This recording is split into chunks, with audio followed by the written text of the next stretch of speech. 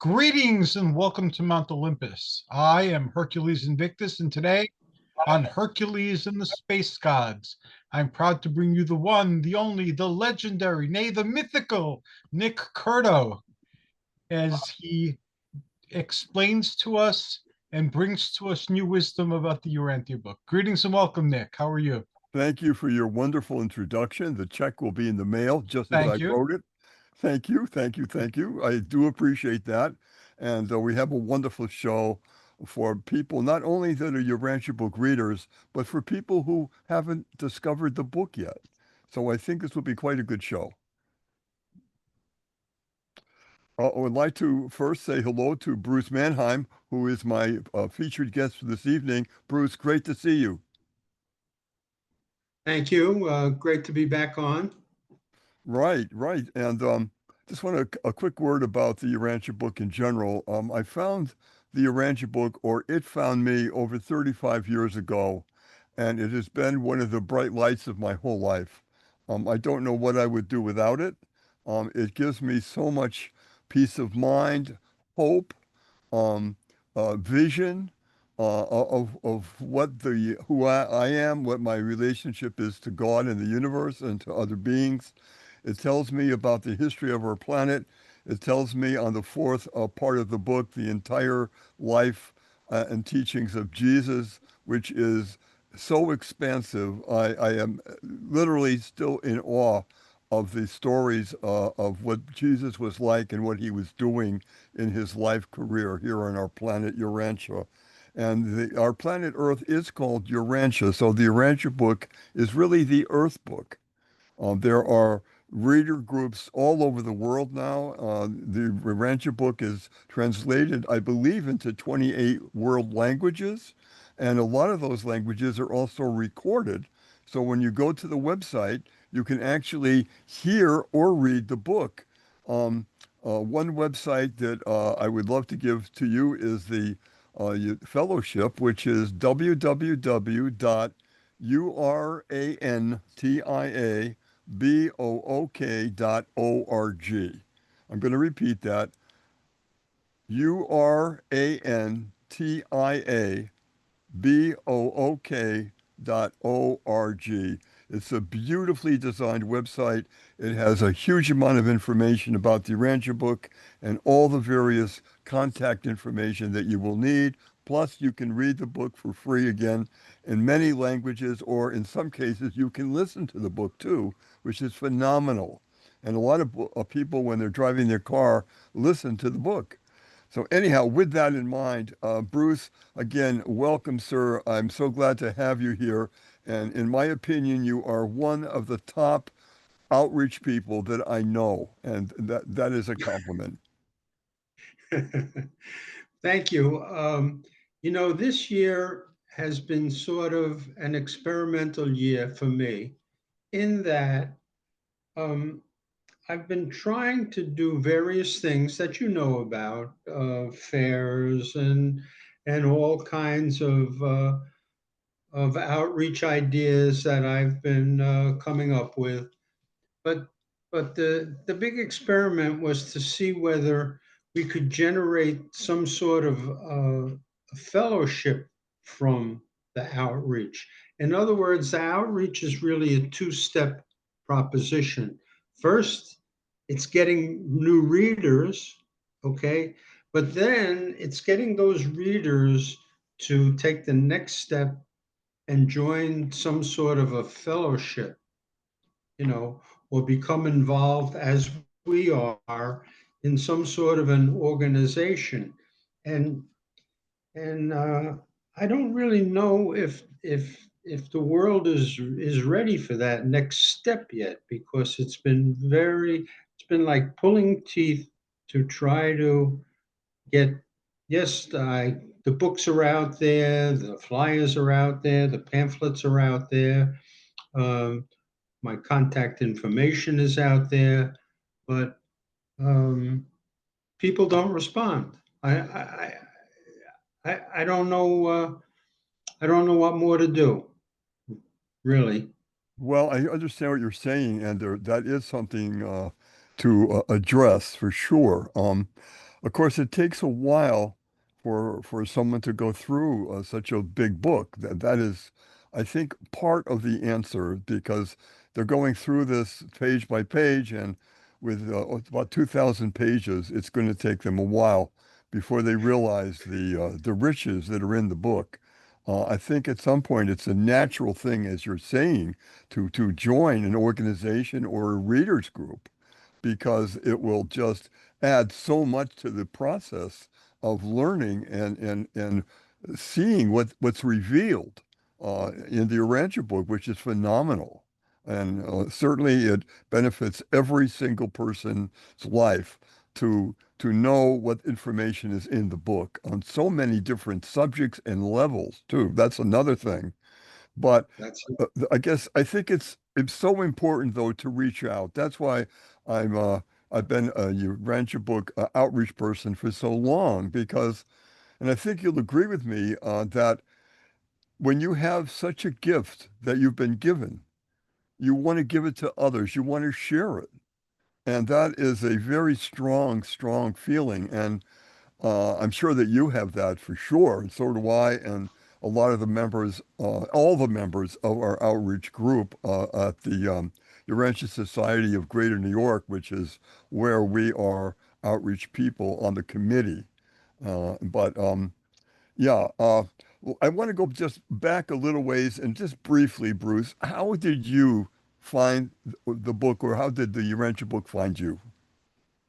Well, I found it. I found it in one of the bookstores. It wasn't Barnes and Noble. It was one of the other old book chains. I can't can't recall the name, but I saw the. I was browsing through the New Age section, right? Mhm. And and so my interest was there to begin with. That's one factor.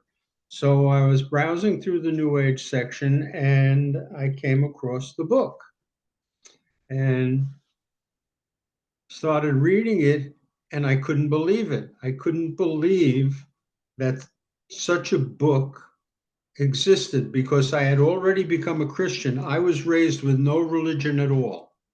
My father was Jewish. My mother was not Catholic, Protestant, Lutheran. But they had a falling out over the religion, the families, and my parents decided to raise my brother and myself with no religion at all and let us make up our minds when we got older. So, but due to my wife, she got me into Christianity after we married, and I became a regular off the shelf Christian. Okay, Mhm. but then, so then when I saw the Urantia book on the shelf, and there's all of these details about Jesus's life, I couldn't believe that that nobody knew about this book. I mean, it was so revolutionary that you would think that churches would be promoting it from the screaming about it, but Well, I no. want to just add to that everything you said, absolutely. And what I want to add to that is it seemed like something from the future. It seemed like a gift from the future because what it was doing was giving the big, big picture of who we are, where we're going, um, and all the other amazing different subjects that we've all wanted to know about. And the answers were in this book. I couldn't believe it. And I was going through it chapter by chapter, just the chapter titles and thinking, oh my goodness, look at that. Oh, look at this. And you're like, what about Right. this verse, you know? The only thing I will have to add, though, that being a 2,000 page book printed on a fairly heavy stock, it's kind of like, oh, this is huge. Do I have the time to really properly go through it? And I have to say that that was something that it almost looked like a law book. It was so big and right and heavy. It was actually physically heavy. And I Oh, think that's that there's a little something about that that people, I won't say it puts them off, but it does put up a little something that, am I going to spend the time to go through this book? Would you agree with that? Absolutely.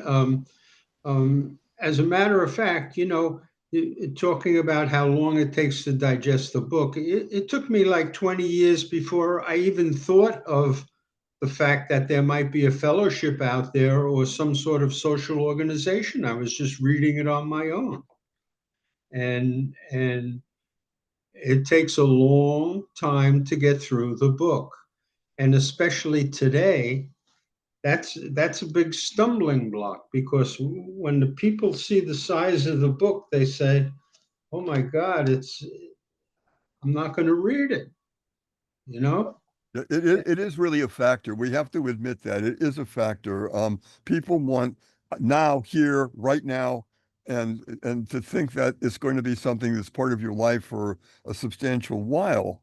However, um, when you start reading what it's about, and I suggest to new readers that if they want to, they could go to the table of contents and see what chapters especially excite them and go to those first instead of going from the beginning page to the end page, because sometimes that will be the key to having them realize that this is something to really take a look at. And I have suggested that to a number of people. Go to the chapter heads and see what really stands out to you for your own interest, and then go there first. So that's one way of doing it.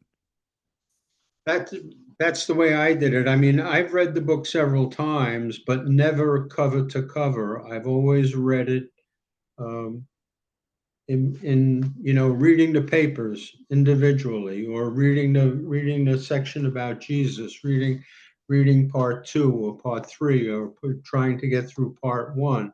I have never actually gone from the beginning to the end, which some of the people in our study group say that's really the way to do it. But it's easier for new readers to pick out the papers they like, Hmm. right? Read them, and that's where you generate the interest to continue with the book. Right, Absolutely. right. But I think the bottom line is to take a look at it, to just go ahead and open Mhm. that book up and then do what you will to get a taste of what's in there. And this is a banquet. When I say a taste, this is a banquet with three desserts. I mean, it's so dense of meaning and facts and figures too, and overall views that you really need to know about to navigate the universe and all that's in it. It really gives you navigational skills to see things how they really are. That is a gift. And boy, again, it came across like the first time I heard about the book was in a Unitarian church. And the last reading of the service, the minister said, I would like to read to you from the URANTIA book, a few paragraphs. And I thought maybe that's Eastern Indian or something, because the word URANTIA, I had no idea. And he read, I believe, 3 or 4 paragraphs. And then it was time to leave the church and said, it's time to go. The service has ended. And I stood there for maybe 20 minutes in the pew by myself because literally, Bruce, I had to process what I had just heard. It was like, what? Whoa, that was incredible. I mean, I was excited. I was like, holy, why didn't I hear about this before? And then I Right. thought, maybe this is the book I've always wanted to find, if there was such a thing. And the answer was yes, it was. Well, And that was my reaction. It was so incredible. I couldn't believe that not every Christian knew about this book, at least the Christians. You totally agree understand? with you there. Absolutely agree with you because it's like the best kept secret in the universe. It's like it shouldn't be a secret. This should be a sharing experience because it crosses all the lines. It just does. It's also very So what's the right word, out there. it turns over every leaf, and it gives you the depth of what the subject matter is that it's discussing. Now, so I was going back and forth to the bookstore. I didn't want to spend my $15 to buy it at first, and I would go back and forth to the bookstore and read a little more and read a little. Finally, I said, I have to buy this book, no matter what. Yep. Yep. It's something you have to And do. Boy. I started getting. It's funny. A friend of mine, um, a good, very good black friend of mine. Okay, there's there's a let me explain one thing to your readers. There's a racial component to the book in that it describes the origin of the races, okay, and Yep. it describes their development. Okay, so if you look at the book superficially, you can come to the conclusion, oh, this is a very racist book, especially in today's modern terms. But Okay. you have to realize that the book is just trying to give us the true history of mankind, and the whole racial aspect of it is part of that history. All right. Absolutely true. Yes. And on top of that, um, if there is a difference in the races where the way there are difference in people, every person is different, you know. And when Mhm. I was in school, I had to acknowledge that many of my friends were more intelligent than I was, you know. And how come I was born so dumb and they're born so smart? That's not fair. So there's all of this going on, but the point is that you have to get over the book doesn't promote racism. It promotes reality, and the whole message of the book is that we're to overcome any feelings of racism because we are all brothers and I sisters. think that, Bruce, it's a very important point you just did. You raised. Absolutely true. Absolutely true. And that's said very well. Yes. So, so, um, so I have a very good friend, black friend, going back years. And years ago, he called me. He is the only person that I've ever known that found the book without my giving it to them. And he called me up and he says, I have a book for you, because we used to talk about UFOs and everything. I Oh, said, okay, what is it? He says, it's the Urantia book. And I said, wow. I've been reading that book for 10 years.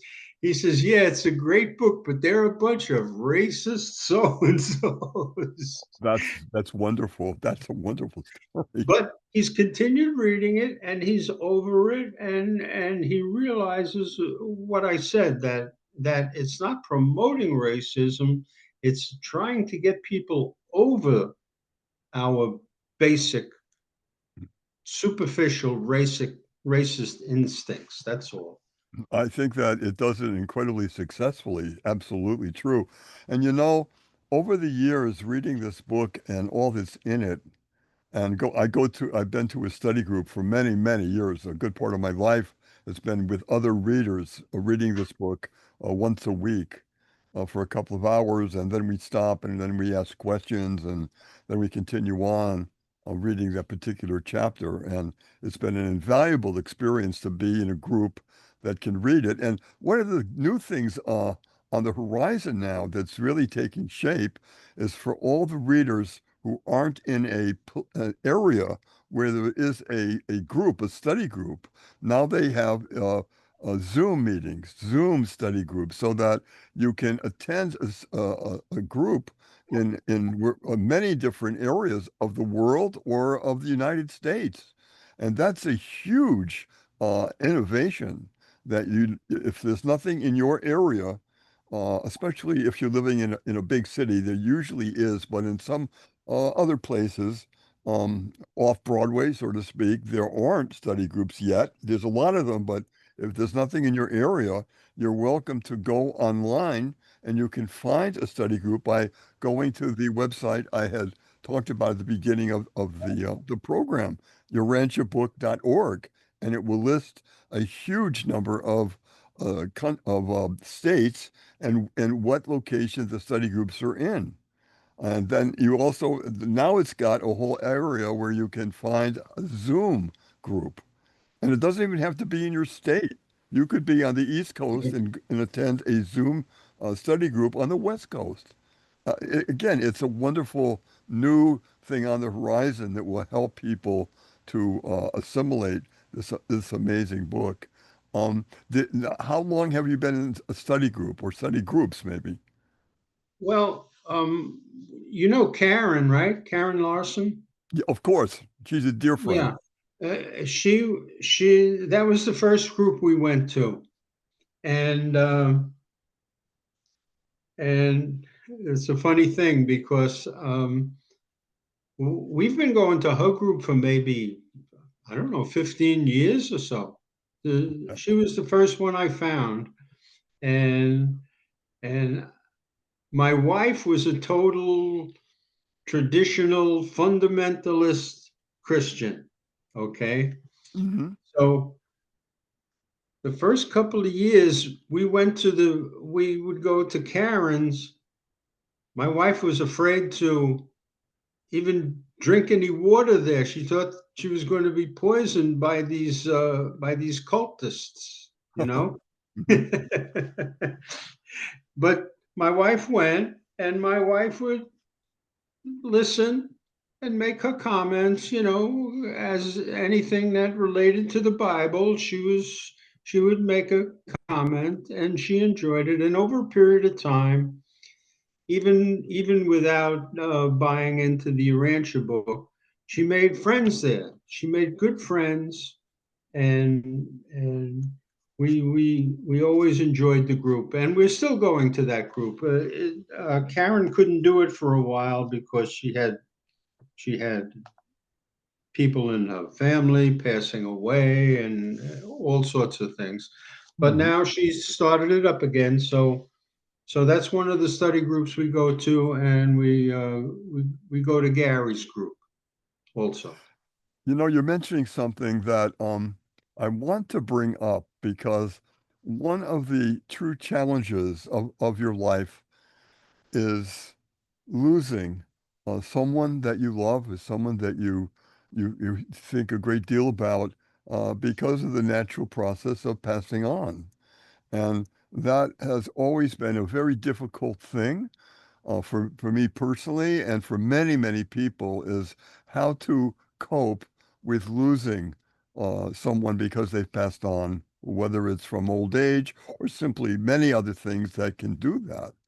And this Rancher book experience has really prepared me so much more for dealing with someone passing on and coping with it and bringing the truth of what's going on after you pass on, which the Urantia book, as you know, goes into great detail about.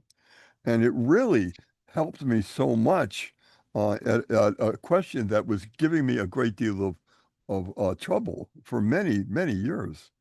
Because Oh, you sure. love someone that much and then they've passed on, even though they might have a long life, it's a very difficult thing. What are your comments on that? It helps everyone because it totally opens up the whole afterlife and scientific explanation, basically a scientific explanation for it. So it brings out the whole mechanics involved. It's not just a theoretical a symbolic thing like the Bible makes out. It's you know there are mechanics behind the whole thing. Mhm.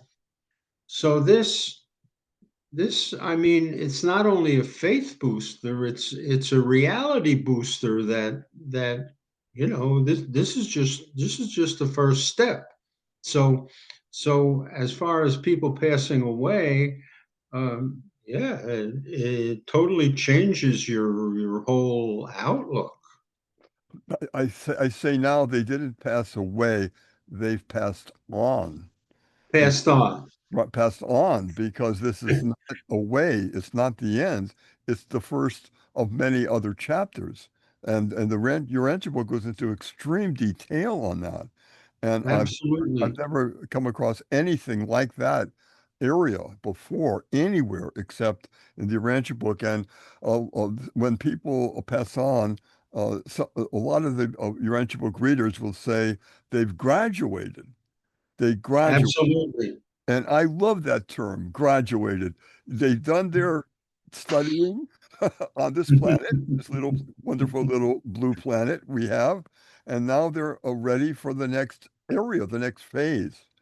And that is profound, absolutely profound. And uh, I don't, when people wear all black, and be very sad and morbid when someone as they say, died, and it seems like Mhm. die is the end.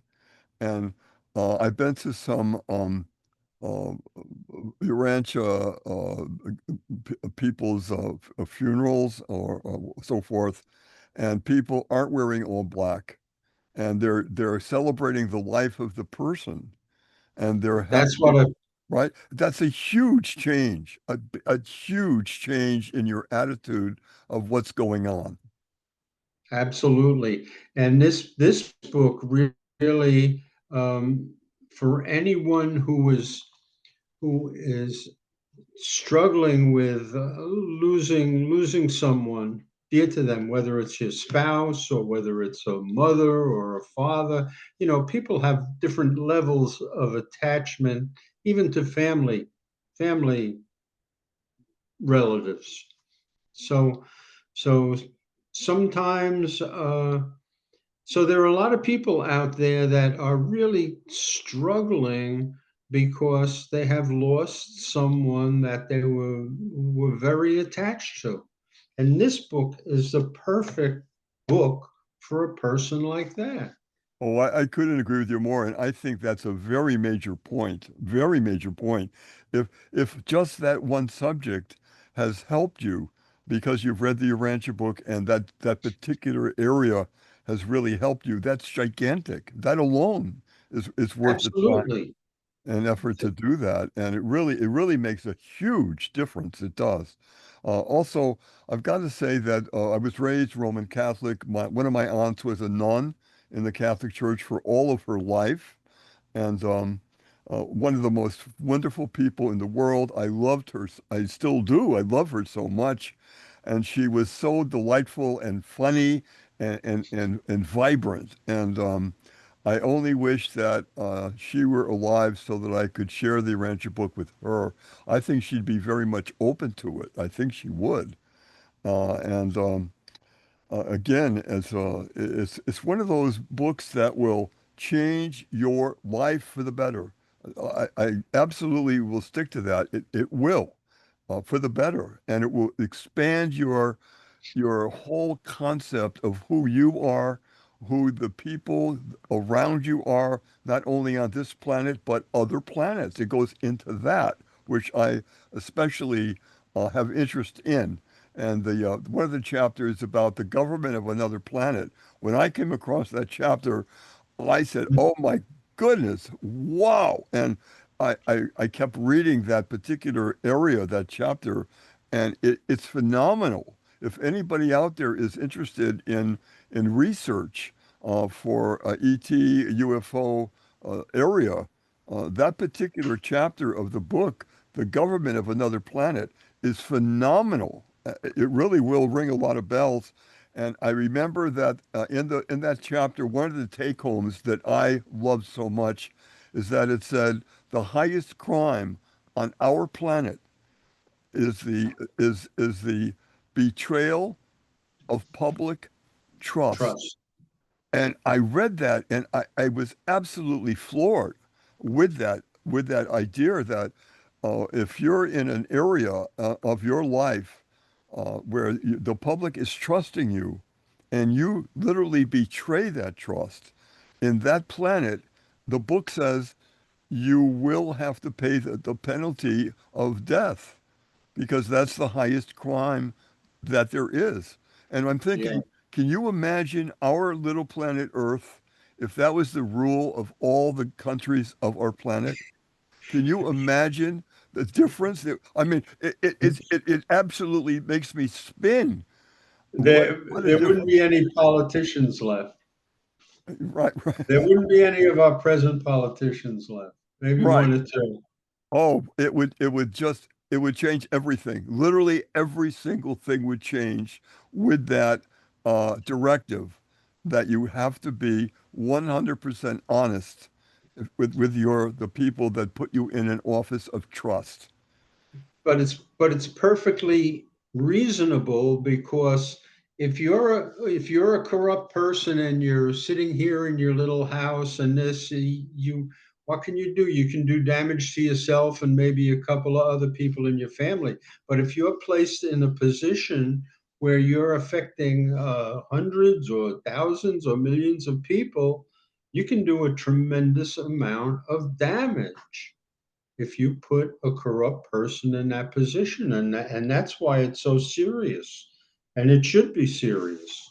And I have to say, and I'll say this as a person who has done some heavy research with my group, Disclosure Network New York, because we're interested in various aspects of our life on this planet. And one of them, of course, is the whole political issue. And looking at the politicians on television and how they're tearing each other apart and all these very dark revelations about their opponent.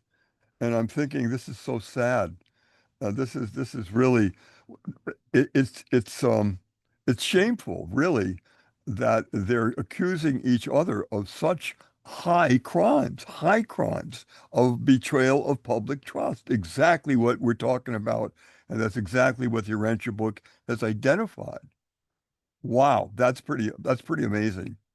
Some of it is so bad I can't even believe it. I mean, it's that bad that I just get repulsed at the thought that anything like that could go on, and yet it probably does. I don't know. I've sort of turned off to that whole political thing because it's such a distraction, and I'm trying to live more by the way the book says we should live, with a with a Yeah. positive attitude and forgiving. I mean, some of these stories you hear about what goes on in Washington and other places is so horrific. You say, I don't know if I can forgive these people, but that's what we're called to do, Hmm. on a One personal basis anyway. One more thing I want to go into a little tiny bit before we perhaps want to read some passages of the Urantia book. Would you be willing to do that? Sure. Okay, but before we do that, just want to say that over the years in my travels, I've looked up if the particular area that I'm going to be in, whether it's California or Hawaii or Texas or wherever I happen to be, if there is a study group. And if there is, I contact them and say, if I'm going to be there on the day of one of their meetings, would it be possible to attend? And they've all said, absolutely, it would be our, please do. And I've done that. And I can honestly say it's like visiting your family every single time. The people were so open, friendly, loving, wonderful, made you feel at home. Um, I won't go into it in detail, but I can just tell you that it was one of the highlights of my trips is to be in a study group from another area, another place. And I just want to put that in the air. And for the people who are Urantia book readers, if you're going to travel, take that advice and try to go to a study group where you're going to be visiting. And I think it will be a wonderful experience for you. It certainly has been that every single time for me. So I just want to share that. I think that's a good piece of advice. It's something I haven't thought about, um, but that would make a nice trip. I mean, I was thinking possibly uh, over the next year or so, traveling around to some of my active fraternities trying to promote the book. Oh, But in addition to that, coming across study groups in the areas would be a great treat. Would be a treat. Absolutely.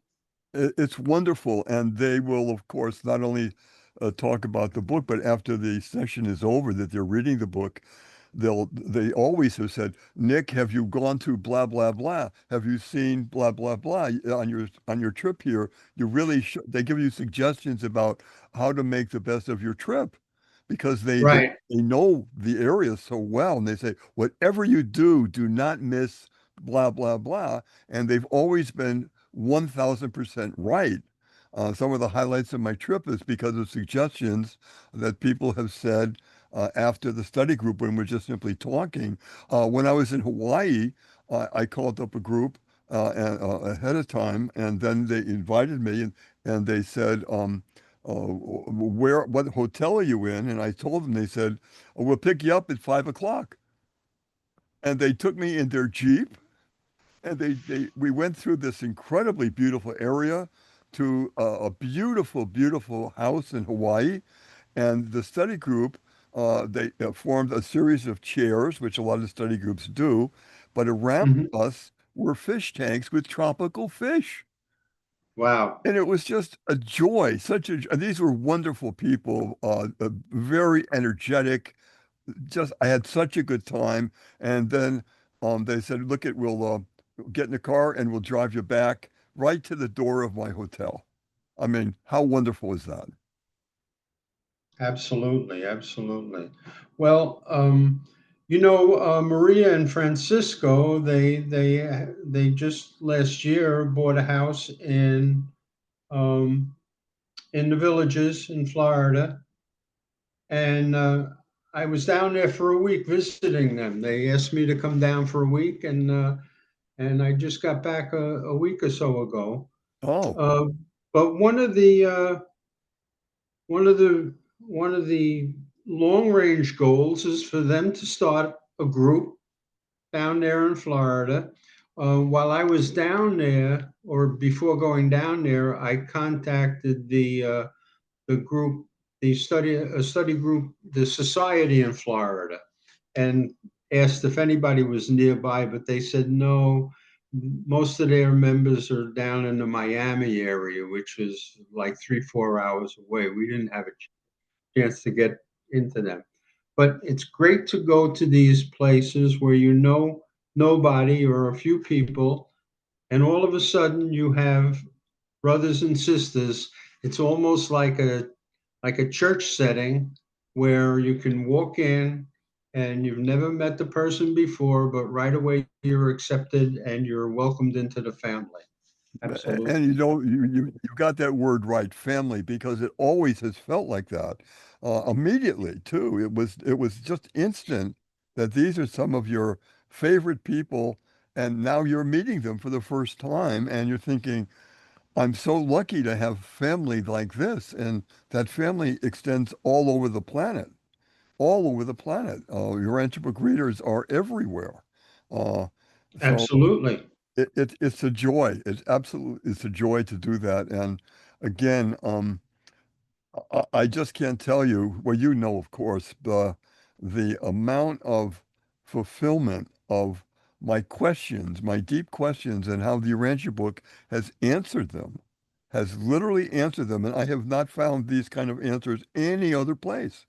So for what it's worth, highly recommend that this is a book for your life and beyond. And beyond. Now, Bruce, would you want to maybe pick something that you enjoy reading from the book, and please would take your time and would you share that with our listeners and viewers today? Well, I'm gonna read you something which is a little challenging. Is that Okay, all right? sure. It's from the ordination sermon, okay? And as you know, in the society, we're going to be focusing on that at our next meeting. So I've read this a couple of times, but this is the way Jesus ends up the ordination sermon that he gave to the 12 apostles, okay? He Mhm. says, I warn you against false prophets who will come to you in sheep's clothing, while on the inside they are ravening wolves. By their fruits you shall know them. Do men gather fruits from thorns or figs from thistles? Even so, every good tree brings forth good fruit, but corrupt tree bears evil fruit. A good tree cannot yield evil fruit, neither can a corrupt tree produce good fruit. Every tree that does not bring forth good fruit is presently hewn down and cast into the fire. In gaining an entrance into the kingdom of heaven, it is the motive that counts. My Father looks into the hearts of men and judges by their inner longings and their sincere intentions. So, um, that's a heavy verse. I mean, Yeah. it's pretty much in line with what the Bible says, okay? But it's something to think about because you know he goes on to say, not everyone that says to me, Lord, Lord, will be accepted in the kingdom, except those who do the will of the Father. So he's trying to point out. I don't want to preach on it because I'm really not qualified, but it's one of the verses in the book that that stands out as Jesus was a merciful character, but in addition to mercy, there also has to be justice. At some level, there has to be the whole universe is balanced on some sort of a system of justice. Okay. So Mhm. mercy sometimes can ameliorate or delay justice, but it doesn't override it, it doesn't wipe it out. And, and the whole idea that yes, the kingdom is open to anyone, but there's also going to be a review of your life. And our life is so short that we uh, and we piss away most of it. We doing stupid, frivolous things rather than taking a book like this, which you say is challenging, and digging into it and reading it and learning from it. It's it's just a shame. I mean, it's because there is everyone is going to face some sort of accounting. It's not going to be fire and brimstone like the Bible says, but nevertheless, you're going to have a review of your life, and you should try to do the best you can. That's all I'm saying. Wise words. Yes, couldn't agree more. Um, you're talking about this is an attitude because when I'm reading the book, I'm feeling such care and love every single page. It's just such a caring, loving book on every single page. You feel that. It's a very real feeling.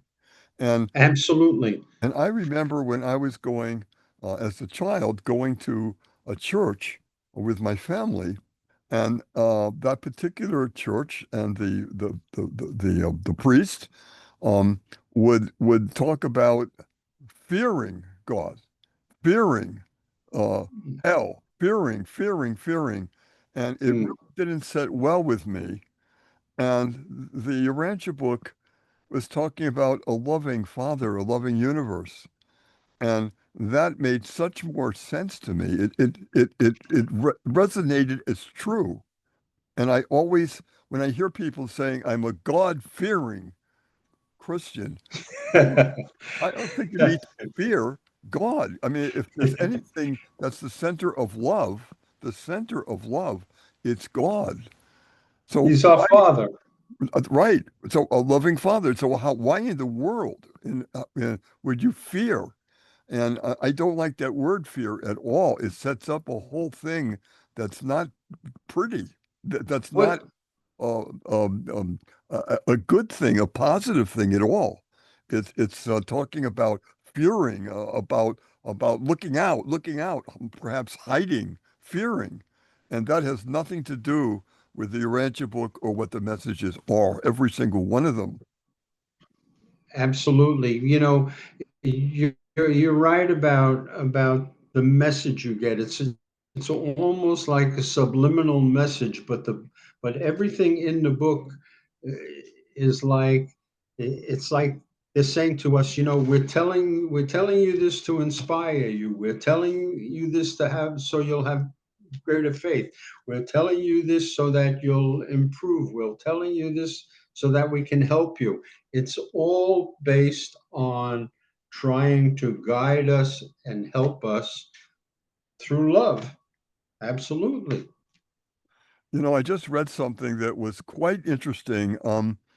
I don't know if you have read this or not. You might have already, but it was saying that on all the world religions, every one of them, there is a message that is inherent in all the world religions. And and what do you think that overall message is? And what it is fear not in all Mm, the different languages of the world and all the different religions of the world, fear not is always part of the message. Isn't that interesting? that's very interesting. I think I recall reading something like in one part like that. Yeah. You That's know, amazing fact that's there. Hercules, how much more time do we have? Just to give it about just roughly 5 minutes? About 5 minutes. About I seven. have I have one thing I want to Sure. show. I want to, you pointed this out. I don't know if people can see it. Can you, Yes. can you Hold see it up. that? Yeah, yeah, go ahead. You mentioned urantiabook.org, but they can .com, but they can also go to urantia.org and read the book online. Okay.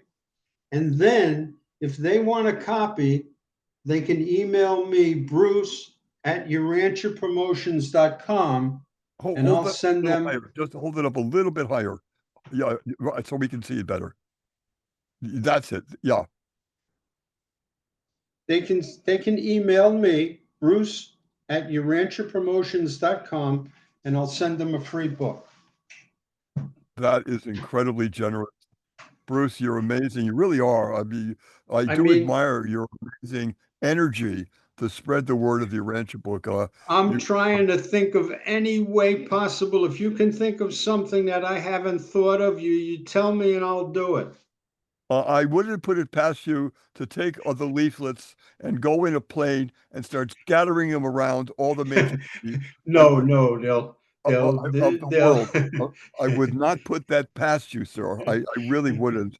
I just want to I thank you so much for being the guest, and I would like you to come back at some other time because there's a lot more information that I would love to run past you and get your take on that. So, Yeah, there's some things I was going to talk about and we missed. So you got to have me back, Nick. You've got it. You absolutely got to. And we'll do it at the beginning of the new year. How's that?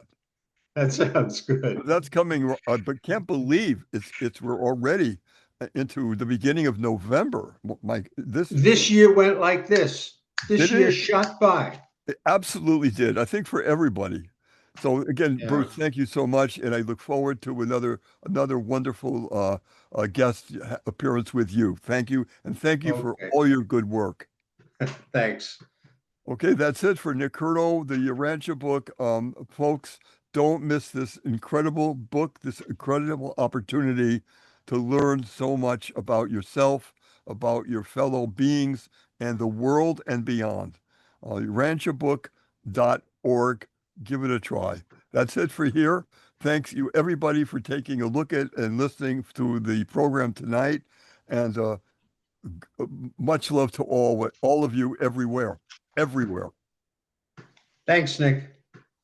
And thanks to both of you for an entertaining, instructional, and very thought-provoking program. I wish you well, and happy holidays coming up at the end of the year. Thank you, Hercules. Take good care. Bye. So good night, everybody. Good night.